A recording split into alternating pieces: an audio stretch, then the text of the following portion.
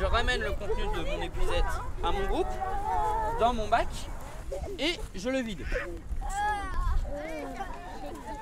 Et ensuite, délicatement, alors au début c'est souvent ce que vous allez dire, il n'y a que des feuilles, mais il faut bien observer, on ne cherche pas forcément des animaux très gros. Regardez là, la petite bestiole. Vas-y, prends-le. Ah ouais, mais là, dans l'eau. Mais dans l'eau. Dans l'eau. Ouais, c'est pas mal quand même, il y a pas mal d'insectes. Hein. Vous êtes allé voir le triton?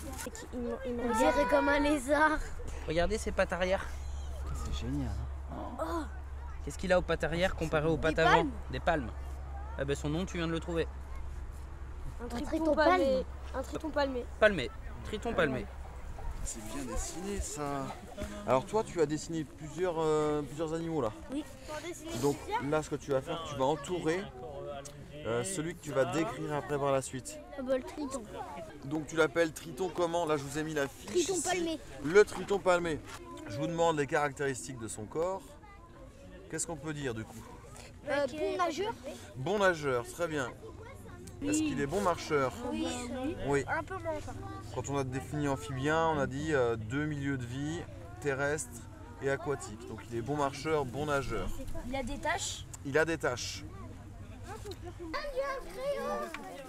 Une super matinée, des gentils CM2, des gentils 6e qui je pense ont appris plein de choses, qui ont joué le jeu aussi bien pour faire les livrets que la pêche, trier les animaux. Donc il y a parfois de l'appréhension à les manipuler, à les trier, mais on a eu certains comportements du coup qui changent, dans le sens où ils ont bien joué le jeu, ils les ont manipulés avec leurs mains, ils les remettent à l'eau directement au bon endroit, donc je pense que c'est un bon point.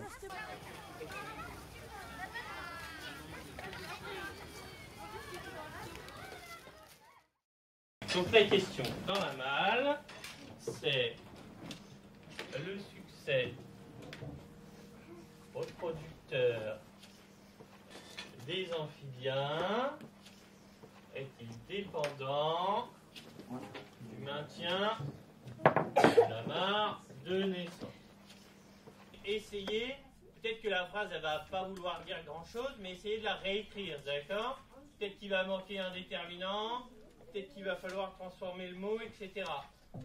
Quand on aura trouvé un petit peu ce que veulent dire chaque partie, on mettra en commun et on va essayer de comprendre cette question qui est compliquée.